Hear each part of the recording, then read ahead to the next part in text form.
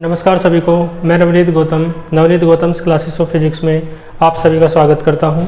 BSc 5th semester quantum mechanics आप लोग पढ़ रहे हैं और क्वांटम मैकेनिक्स में मैंने आपको हर्मिशियन ऑपरेटर पढ़ाया था, आपको याद होगा। तो हर्मिशियन ऑपरेटर की कुछ प्रॉपर्टीज इस प्रकार थी जो आपको आइगन वैल्यू क्या होती है, आइगन फंक्शन क्या होते हैं, उसे पढ़ने के बाद ही समझ में आनी थी। ठीक है, तो हर्मिशियन ऑपरेटर की प्रॉपर्टीज हम डिस्कस कर लेते हैं। तो हेडिंग आप डालो, प्रॉपर्टीज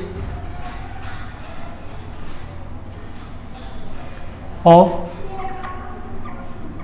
हर्मिशियन ऑपरेटर। ठीक है जी, जो हर्मिशियन ऑपरेटर है उसकी प्रॉपर्टीज हमें पढ़नी है।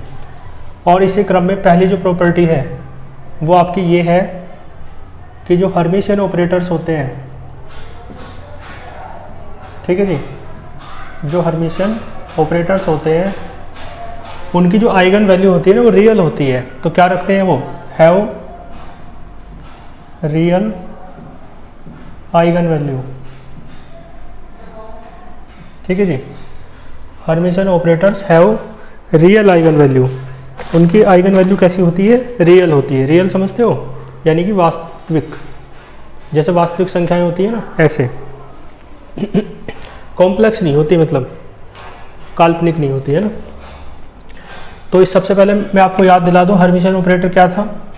हर्मिशियन ऑपरेटर की कंडीशन थी ये, है ना, इंटीग्रल -∞ टू +∞ साई, है ना, ए कैप और इन दोनों का स्टार, यानी इनका कॉम्प्लेक्स कॉन्जुगेट।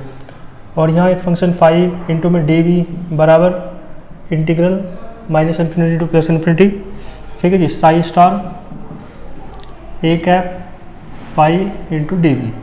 ठीक है, ये कंडीशन आपको याद होगी, ये कंडीशन थी आपकी हर्मिशियन ऑपरेटर की कंडीशन। क्लियर है ना। ठीक है, इस तरीके से।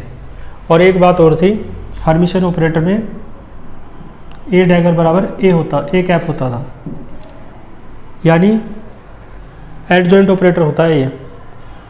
तो किसी कोई ऑपरेटर है उसका एडजॉइंट ऑपरेटर निकालें और वही ऑपरेटर आ जाए, है ना। एक तो ये कंडीशन और ये कंडीशन दोनों फॉलो होती थी, तो क्या कहलाता था ऑपरेटर, आपका हर्मिशियन ऑपरेटर कहलाता था, आपको याद होगा। ठीक है, आप इसकी प्रॉपर्टी पढ़ लेते हैं। तो प्रॉपर्टी में पहली कौन सी है कि हर्मिशियन ऑपरेटर्स क्या रखते हैं, रियल आइगन वैल्यू रखते हैं। ठीक है, तो मैं मान के चल रहा हूँ ए कैप क्या है, कोई हर्मिशियन ऑपरेटर है। ठीक है जी, क्या मान लिया मैंने, कोई हर्मिशियन ऑपरेटर मान लिया। और जो साई है मैंने मान लिया आइगन फंक्शन है। ठीक है जी, और जो ए है वो मैंने मान लिया आइगन वैल्यू है, eigen value of operator a cap. ऐसे ये eigen function of operator a cap. ठीक है, लैंग्वेज तो मिल ही जाएगी, 2 लाइन की लैंग्वेज। क्या लिखोगे कि लेट अस कंसिडर, है ना, a hermitian operator a cap full stop, let a way psi and a b the eigen function and eigen value of operator a cap. ठीक है, रेस्पेक्टिवली। बस इतनी लैंग्वेज, और ये मैंने वैसे बता दिया। अब क्या है, देन किससे help low, eigen value equation from eigen value equation. बताओ आइगन वैल्यू इक्वेशन क्या होती है, ए कैप साई बराबर ए साई। ठीक है, याद है ना, इक्वेशन नंबर फर्स्ट। ठीक है, इसमें ए कैप क्या है, ऑपरेटर है। क्लियर है। और जो ए है स्मॉल ए वो क्या है, आइगन वैल्यू है, सब बता रखा है। साई आइगन फंक्शन है। इसका कॉम्प्लेक्स कॉन्जुगेट लो, तो टेकिंग इट्स कॉम्प्लेक्स कॉन्जुगेट क्या हो जाएगा, स्टार लग जाएगा। कॉम्प्लेक्स कैसे लेते हैं पता है ना, जैसे साई है x + i y, तो साई स्टार क्या हो जाएगा, इसका complex conjugate x - i y, plus i की जगह माइनस आई आ जाता है। ऐसे ये भी a स्टार हो जाएगा और ये भी साई स्टार। ठीक है, इक्वेशन नंबर सेकंड। कोई दिक्कत, फिर है ना, ये कंडीशन है हर्मिशन ऑपरेटर की, लेकिन इसे इजी बनाने के लिए प्रॉब्लम को आप एक ही वेव फंक्शन से काम चला लो साई से, क्योंकि यहाँ एक की ही बात जिक्र है, तो फाई की जगह भी साई ले लो, ठीक है। तो क्या लिखें, फ्रॉम कंडीशन, ये कंडीशन है ना हर्मिशन ऑपरेटर की, तो from condition of Hermitian operator, Hermitian operator की कंडीशन। और वो कैसे होती है हर्मिशन ऑपरेटर की कंडीशन, आपको पता है, ये लिखी -∞ टू +∞, ठीक है, साई ए कैप पे स्टार, और मैंने कहा फाई की जगह भी साई ले लो, आसान हो जाएगा, ठीक है। साई स्टार ए कैप है और यहाँ भी साई और इंटू में डीवी, कोई दिक्कत, ठीक है। चलो दोनों पे स्टार अलग अलग लगा लो लाइन में, तो साई स्टार और ये ए कैप का स्टार, ठीक है, साई डीवी बराबर इंटीग्रल -∞ टू +∞ साई स्टार, ठीक है, ए कैप साई डीवी, इधर वाला ऐसे ही रखा और इस पे स्टार अलग अलग आ गया, ठीक है। देखो ए कैप साई स्टार की वैल्यू है आपके पास, ये रही, ठीक है, यहाँ से रख देंगे।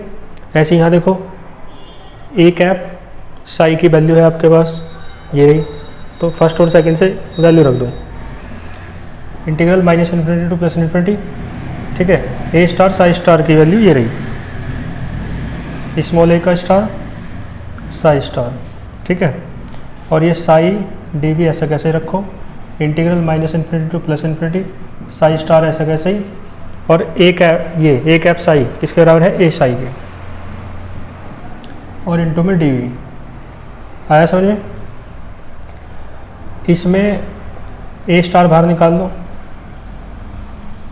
ठीक है, क्योंकि आइगन वैल्यू है ना, कांस्टेंट है, इंटीग्रल -∞ टू +∞, अंदर बचेगा साई साई स्टार डीवी, और ये वाला इधर ले आओ माइनस में, इसमें से भी ए बाहर निकाल लो, इंटीग्रल -∞ टू +∞, क्या बचा, साई को पहले लिख लो, साई स्टार को बाद में लिख लो, और इंटू में डीवी बराबर क्या बचेगा 0, ठीक है।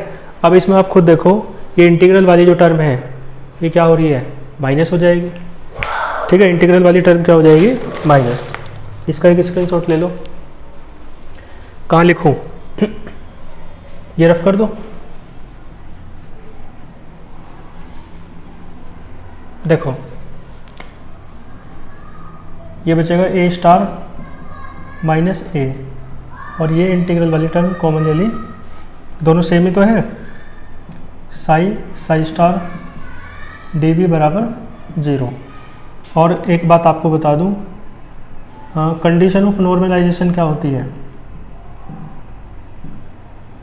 मैंने फर्स्ट यूनिट में करा रखा है नॉर्मलाइजेशन ऑफ वेव फंक्शन, ठीक है, और भी ऐसे फोर्थ सेम में तो फर्स्ट बुक की फोर्थ यूनिट में था ही ये, तो ना पता हो तो चाहे फोर्थ सेमेस्टर से देख लो, नहीं तो फर्स्ट यूनिट की वीडियो है नॉर्मलाइजेशन वाली है ना, नॉर्मलाइजेशन ऑफ वेव फंक्शन, वो देख लो, ठीक है। ये होती है इंटीग्रल साई स्टार, वो integral -∞ to +∞, psi psi star dv बराबर होता है 1, ठीक है। ये नॉर्मलाइजेशन कंडीशन है वेव फंक्शन की, तो इसके लिए क्या रख दोगे 1, तो ए स्टार माइनस ए बराबर 0, तो ए स्टार किसके बराबर आएगा, ए के, ठीक है, ए स्टार किसके बराबर आया, ए के, क्लियर है। इसका मतलब समझ रहे हो, एक और स्क्रीनशॉट ले लो, देखो इसका मतलब क्या है, इसका मतलब है ए और ए स्टार बराबर आने का मतलब समझ गए, यानी ये जो है ना, इसकी वैल्यू, दोनों की वैल्यू बराबर है, यानी ये दोनों रियल हैं, क्योंकि देखो यदि ए होता x + iy तो ए स्टार आता x - iy, समझ गए, तो दोनों बराबर ना आते, इस कंडीशन में ए और ए स्टार बराबर ना थे, लेकिन इसमें ये वाली टर्म है ही नहीं, बराबर कब आएंगे, जब ये वाली टर्म जो इमेजिनरी टर्म है ये ख़त्म हो जाए, तो ए और ए स्टार की वैल्यू बराबर आ जाएगी, इस तरीके से, समझ गए। इसका मतलब है बराबर आने का, इन दोनों के बराबर आने का मतलब ही क्या है कि ये ए और ए स्टार है ना, यानी जो ए है आइगन वैल्यू ए वो कैसी है, रियल, तभी तो बराबर आ सकते हैं जब इसकी वैल्यू रियल हो। और यदि इसमें प्लस एक्स वाई आई वाई कर दूँ तो यहाँ माइनस आई वाई होगा, समझ गए ना, फिर बराबर नहीं होंगे। इसका मतलब है बराबर आने का मतलब ही क्या है कि ये कैसा है, ए आइगन वैल्यू ए कैसी है, रियल है। ठीक है, तो यहाँ से ये बात सिद्ध हो जाती है। ठीक है, इसके बाद है ना, यहाँ से लिख लो कि it is possible only when, ये कब पॉसिबल है ना, it is possible only when, कब, ये तब पॉसिबल है जब ए क्या रखता हो, A has real value, real है ना, जब ए कैसा हो, रियल हो। ये तभी पॉसिबल है जब ए रियल है, तो उसका कॉम्प्लेक्स करोगे तो भी वही आएगा। ठीक है, ये कब पॉसिबल होता है, जब ए कैसा हो, रियल, और ए क्या थी, आइगन वैल्यू, शुरुआत में बताया। तो हर्मिशन ऑपरेटर क्या रखता है, प्रत्येक हर्मिशन ऑपरेटर क्या रखता है, आइगन वैल्यू कैसे रखता है, रियल। तो इसका मतलब है हैंस आइगन वैल्यू है ना ऑफ ईच, प्रत्येक है ना हर्मिशन ऑपरेटर, प्रत्येक हर्मिशन ऑपरेटर की जो आइगन वैल्यू है वो कैसी होती है, रियल होती है, इज रियल। ठीक है, ये प्रॉपर्टी प्रूफ हो गई है, क्लियर है। इसका भी एक स्क्रीनशॉट ले लो और ये पहली प्रॉपर्टी आपकी कंप्लीट होती है। ठीक है, तो नेक्स्ट लेक्चर में नेक्स्ट प्रॉपर्टी के साथ मिलते हैं। अच्छे से पढ़ते रहिए, ऑल द वेरी बेस्ट।